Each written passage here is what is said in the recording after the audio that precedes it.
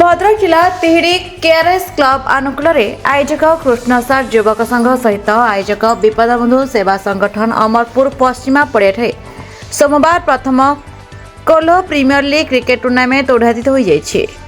प्रथम दिन में उद्घाटनी मैच टी तलबंध क्रिकेट क्लब को हराई बारुआ क्रिकेट क्लब विजयी होते।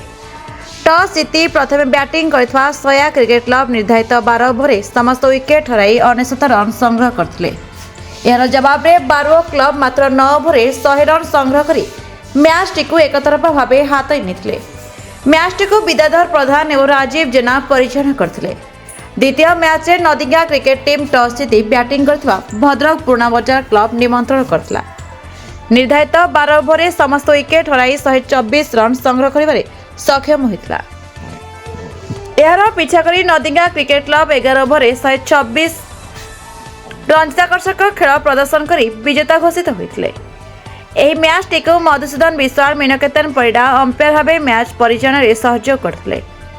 उद्घाटन उत्सव में बालेट फार्मर प्रोप्राइटर जोगदे आनुष्ठानिक भाव टूर्नामेंट को उद्घाटन करते। मुख्य अतिथि भाव प्रतीक परमाणिक जोग देते।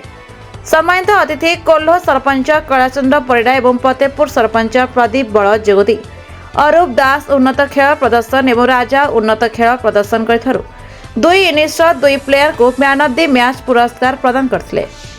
आयोजक केआरएस क्रिकेट क्लब समस्त सदस्य माने टूर्नामेंट परिचालन सहयोग करते। जय जगन्नाथ मु विश्वनाथ बारिक आज जो केपीएल 2026 अनुष्ठित होती 12 तारिख रे एटा आरंभ होती। एटा 20 तारिख रे ग्रांड फाइनल अनुष्ठित हम। ए 16 टीम अंशग्रहण कर। आज मैच रे 4टा टीम भाग नहीं। प्रथमतः सया सहित खेली बारुओ से बारुओ विनिंग करते। सेकेंड मैच रे नदीगा वर्सेस थिला भद्रक एथिरे पुना बाजार एथिरे नदीगा विजय होता। आमर जो विनिंग रखा जाइए 6 फुट रु 6.5 फुट भीतर trophy runners up 5 inch trophy सह 11,111 टका रखा जाइए। आमे चाहूँ ओडिया जहाँ अच्छी किसी सरकार तरफ किसी सुविधा सुजोग मिले आउ टिके ओडिया काम हो पारंता आउ टिके आमे भल आकार खेल करि पारंतु। विद्यार प्रधान आमर एटा एक ऐतिहासिक स्टाडियम कोल्हो पश्चिमा स्टाडियम नाम नामित। एटी प्रत्येक वर्ष कोल्हो प्रीमियर लीग टूर्नामेंट आरंभ करा जाए।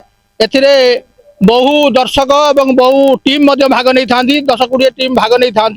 ये जो केपीएल सीजन 2 12 तारिख रे आरंभ करा जाइछि। एथिरे उद्यापनी 20 तारिख रे करा जिवो।